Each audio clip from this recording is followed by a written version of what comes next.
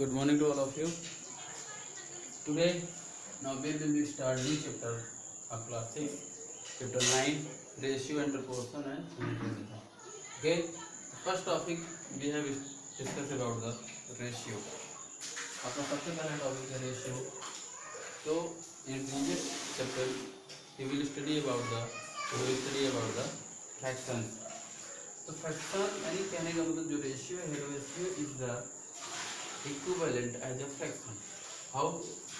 The ratio of two non-zero numbers a and b is the fraction a by b. देखिए जो ratio of to number है non-zero numbers का a and b is the fraction a by b and b right it is as a ratio है. इसको हम कैसे read करेंगे? a ratio b. ठीक है, और रीड करेंगे read as a is to b. इसको रीड करना है a is to b.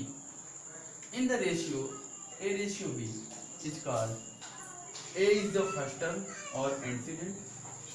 ठीक है, a ratio b है जो उसका जो a है उसको फर्स्ट टर्म बोलते हैं या एंटीडेंट बोलते हैं. क्या बोलते हैं? Antecedent. And b is the second term और कॉन्सिक्वेंट.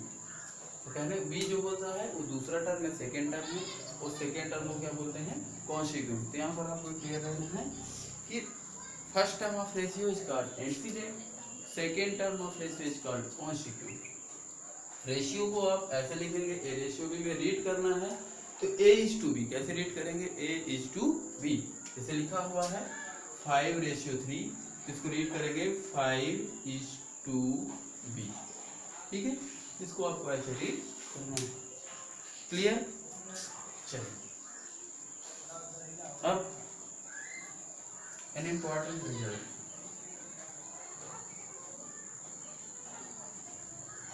इम्पॉर्टेंट रिजल्ट ये है कि जब आप फ्रैक्शन के न्यूमरेटर डिनोमिनेटर में किसी भी नॉन जीरो नंबर का मल्टीप्लाई या डिवाइड करते हो तो जो आंसर मिलता है वो पहले फ्रैक्शंस के क्या होता है? इक्वल होता है. क्या होता है? इक्वल होता है. कहने का मतलब अगर हम 2/3 में 3/3 का मल्टीप्लाई करते हैं तो जो हमको आंसर मिलेगा 2 3 जा 6 3 3 जा 9, वो क्या होगा? इक्वल होगा 2/3 के. ठीक है ना? तो रेशियो के साथ भी यही कंडीशन है कि अगर आप रेशियो के दोनों टर्म के साथ किसी भी नॉन जीरो नंबर का प्रोडक्ट करते हैं या डिवाइड करते हैं तो जो हमको न्यू रेशियो फाइंड आउट होता है वो फर्स्ट गिवन रेशियो के यानी कि पहले रेशियो के इक्वल होता है. कहने का मतलब है कि जैसे 2:3 है, दिस इज 2:3, इसको हम राइट कर सकते हैं 2/3. हम मल्टीप्लाई करते हैं 2/2 का तो आंसर हो जाएगा 4/6. ठीक हो जाएगा. इसको राइट करेंगे 4:6. तो यहाँ पर जो 2:3 है वो 4:6 क्या हो जाएगा? इक्वल हो जाएगा. ठीक है ना? क्या हो जाएगा? इक्वल हो जाएगा. बात समझ में आ रही है?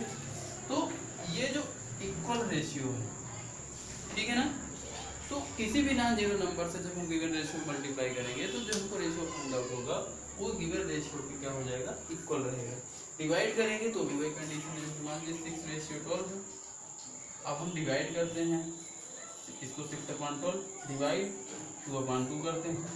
2 से 6 डिवाइड हुआ 3 आया, 2 से 12 भी डिवाइड हुआ 6 आया. कितना मिला? 3:6. ये भी इसके इक्वल होगा. ठीक है, इस चीज़ को आपको याद रखना है कि रेशियो में किसी भी नॉन जीरो नंबर का अगर हम प्रोडक्ट करते हैं या डिवाइड करते हैं तो जो न्यू रेशियो फाइंड होगा वो पहले या गिवन रेशियो का क्या होगा? इक्वल होगा. ठीक है, चलिए नेक्स्ट टॉपिक है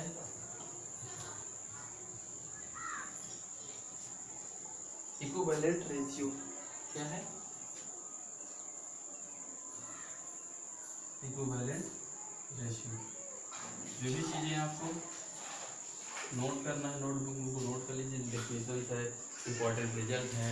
ठीक है, इक्विवेलेंट रेशियो क्या है? कहने का मतलब हम रेशियो में जैसे अभी पढ़ा इन इम्पॉर्टेंट रिजल्ट में सेम वही है कि किसी भी रेशियो में अगर हम मल्टीप्लाई करते हैं डिवाइड करते हैं किसी भी नॉन जीरो नंबर्स का तो जो हमको रेशियोज फाइंड आउट होंगे वो एक दूसरे के इक्विवेलेंट होंगे.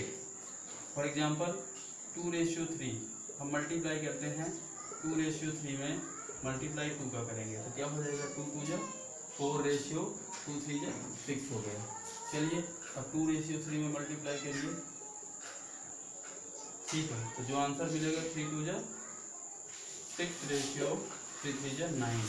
अब देखिए फिर 2:3 में हम मल्टीप्लाई करेंगे 4 का, जो हमको आंसर मिलेगा तो क्या होगा 4 2 जा 8, 4 3 जा 12। आप यहाँ देख रहे हैं 2:3 इसके इक्विवेलेंट इक्वल है, 2:3 इसके इक्वल है, 2:3 इसके इक्वल है।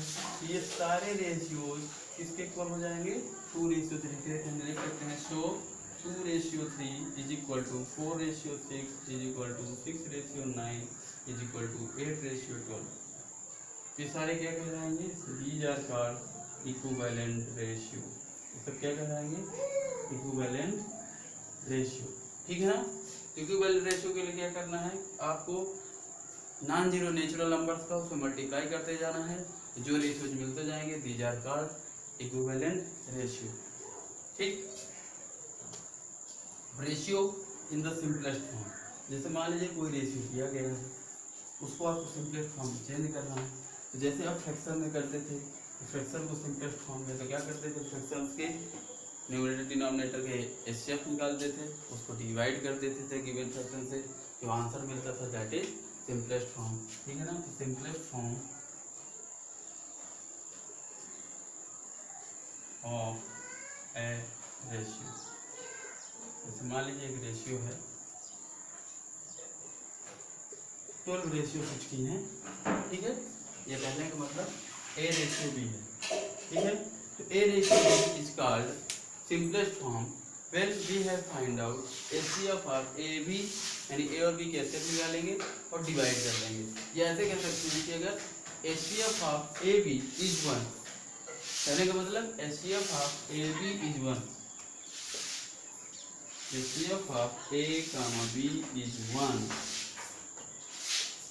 then a ratio b is in simplest form। तो मान लीजिए कोई फ्रैक्शन ऐसे लिखी हुई है, सिंपलेस्ट फॉर्म में लिखी भी हो सकती है, जैसे कि नहीं करना सीधे लिखा हुआ है, कैसे मतलब जैसे 2:3, this is called in simplest form. क्यों, क्योंकि 2 और 3 का जो एचसीएफ आएगा कितना आएगा 1 आएगा। तो आपको नंबर्स में देखना है कि सिंपलेस्ट फॉर्म में क्या करना है। सिंपलेस्ट फॉर्म का मतलब सिर्फ इतना है कि जो रेशियो के नंबर्स हैं अगर उनका एचसीएफ 1 है तो वो रेशियो सिंपलेस्ट फॉर्म में है, अगर नहीं है तो क्या करना है फाइंड, जैसे आपको कन्वर्ट करना है तो क्या करना है convert in the simplest form, ठीक है। तो सबसे पहले तो हम देखेंगे simplest form of a ratio. Simplest form of a ratio, simplest form of a ratio समझ में आया कि ratio is in simplest form if given HCF of given number is 1। जो नंबर्स ऑफ रेशियो हैं अगर उनका एचसीएफ 1 है तो गिवन रेशियो सिंपलेस्ट फॉर्म में है, अगर नहीं है तो क्या करेंगे। अब देखिए कन्वर्जन पढ़ना है, क्या पढ़ेंगे, convert a ratio in simplest form, ठीक है। सिंपलेस्ट फॉर्म ऑफ रेशियो क्या था, जैसे 2:3, 5:7, ये सब सिंपलेस्ट फॉर्म थे क्योंकि इनके सबके एचसीएफ 1 है, ठीक है। अब कन्वर्ट करना है, जैसे मान लीजिए 12:16 है, 12:16 तो क्या करेंगे, सबसे पहले हमको क्या करना है, फर्स्ट स्टेप है find HCF of number of ratio या टर्म रेशियो, ऐसे लिखते हैं find HCF of term of ratio. तो 12 निकालेंगे एचसीएफ ऑफ 12/16 इसका आ जाएगा 4। अब क्या करेंगे डिवाइड करेंगे, 4:16 डिवाइड बाई 4 तो क्या हो जाएगा 4×3 = 12, 4×4 = 16। This is in simple form, ये हो गया आपका सिंपलेस्ट फॉर्म में होगा। सिंपलेस्ट फॉर्म में अगर आपको कन्वर्ट करना है तो सिंपलेस्ट फॉर्म में कन्वर्ट करने के लिए गिवन नंबर्स ऑफ रेशियोज के एचसीएफ निकाल लीजिए, उसको डिवाइड कर दीजिए तो आपको एचसीएफ सिंपलेस्ट फॉर्म में कन्वर्ट हो जाएगा। अब सिंपलेस्ट फॉर्म क्या है ये भी आपको मैंने बताया कि A ratio B is called is into simplest form if HCF of A and B is 1। HCF of A and B is 1 है, then A ratio in the simplest form. Clear है? चलिए लास्ट टॉपिक है इसका comparison of ratio. Comparison of ratios मतलब two ratio. देखिए ratio compare कब होते हैं, जब टू रेशियो हो, बिना टू रेशियो का कंपैरिजन नहीं होगा। तो कंपैरिजन का मतलब है कि जैसे मान लीजिए आपने फ्रैक्शंस में टू फ्रैक्शंस को कंपैरिजन किया था, तो रेशियो पढ़ना है अगर आपको अच्छे से समझना है तो फ्रैक्शन वाला चैप्टर जो है वो आपका क्लियर होना चाहिए। अगर फ्रैक्शन का चैप्टर क्लियर नहीं है तो रेशियो आपको समझ में नहीं आने वाला। इसलिए रेशियो को पढ़ने से पहले एक बार आप फ्रैक्शन का चैप्टर रिवाइज कर जाइए, फ्रैक्शन के सारी प्रॉपर्टीज सारे मेथड पढ़ लीजिए। अगर वो क्लियर हो गया तो फिर रेशियो में कोई प्रॉब्लम नहीं है। Comparison of ratios. अब देखिए कुछ नहीं करना है इसमें, जो रेशियो दिए जाएंगे उनको फ्रैक्शन में कन्वर्ट कर लेना है, कन्वर्ट करके फ्रैक्शन का पूरा प्रॉपर्टी लगा देना है, पूरा मेथड लगा देना है। जैसे फ्रैक्शन को आप कंपेयर करते थे, उनके डिनोमिनेटर्स को इक्वल करके न्यूमरेटर्स को कंपेयर कर लेते थे तो कभी फ्रैक्शन कंपेयर हो जाती थी। सेम इसमें भी है, ठीक है ना। तो फॉर एग्जांपल समझते हैं कंपैरिजन ऑफ रेशियोज 2:3 है, कंपेयर 2:3 एंड 4:5। चलिए इनको कंपेयर करना है। सबसे पहले क्या करना है, स्टेप फर्स्ट में कन्वर्ट रेशियोज इनटू फ्रैक्शन, ठीक है। सेकेंड क्या होगा इसमें, टू द सेम डिनोमिनेटर और डू क्रॉस प्रोडक्ट, या आप ऐसे भी कर सकते हैं क्रॉस प्रोडक्ट। कंपैरिजन में टू चीज बताई थी, क्रॉस प्रोडक्ट भी कर लीजिए। क्रॉस प्रोडक्ट करेंगे, जिस साइड का प्रोडक्ट ग्रेटर होगा वो रेशियो ग्रेटर हो जाएगा, वो फ्रैक्शन ग्रेटर हो जाएगा। ऐसे इस साइड का प्रोडक्ट लेस देन होगा, वो लेस देन हो जाएगा, ठीक है। इसके बाद क्या करेंगे, कंपेयर करेंगे। चलिए 2:3 है हमारा और एंड 4:5। चलिए इसको फ्रैक्शन में कन्वर्ट करिए, करेंगे 2/3 एंड 4/5। अब डिनोमिनेटर सेम करना है तो डिनोमिनेटर सेम करिए, क्रॉस प्रोडक्ट करना है क्रॉस प्रोडक्ट, तो क्रॉस प्रोडक्ट सबसे अच्छी है, क्रॉस प्रोडक्ट आसान है। क्या करेंगे, डू द क्रॉस प्रोडक्ट। आप डिनोमिनेटर भी सेम कर सकते हैं, ये 5 ये 3 है 5 है तो 5 3 15, दोनों के एलसीएम ले लीजिए, एलसीएम लेके दोनों को इक्वल कर दीजिए। कैसे, देखिए 2/3 4/5 है तो दोनों के एलसीएम, दोनों डिनोमिनेटर के एलसीएम लेंगे तो उसी एलसीएम को मल्टीप्लाई प्रोडक्ट कर देंगे। तो 2 × 15 3 × 15 एंड क्या हुआ एलसीएम, एलसीएम 3 एंड 5 कितना होगा 15। अब ये जो एलसीएम आता है उसको दोनों फ्रैक्शन के न्यूमरेटर डिनोमिनेटर में मल्टीप्लाई कर देते हैं। 4/5 × 15 ऐसे ऐसे कट कर देंगे तो यहाँ 5 आ जाएगा, यहाँ 3 आ जाएगा। 2 5 जो 10/15 एंड 4 3 10/15। अब देखिए डिनोमिनेटर सेम हो गए, जब डिनोमिनेटर सेम हो जाते हैं तो फ्रैक्शन को कंपेयर करना आसान हो जाता है। तो क्या करेंगे, 10 है, यहाँ से सिंस 10 देन अब जिसका न्यूमरेटर छोटा होगा वो फ्रैक्शन छोटी होगी, जिसका न्यूमरेटर बड़ा होगा वो फ्रैक्शन बड़ी हो जाएगी।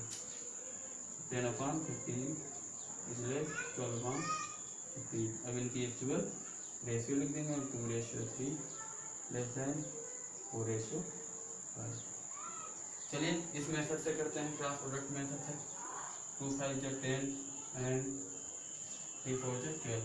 अब देखिए लिख सकते हैं सिंस 10 इज लेस 12, सो अब 10 वाला क्या है, 2:3 इज लेस 4:5, सीधा हो गया, ठीक है।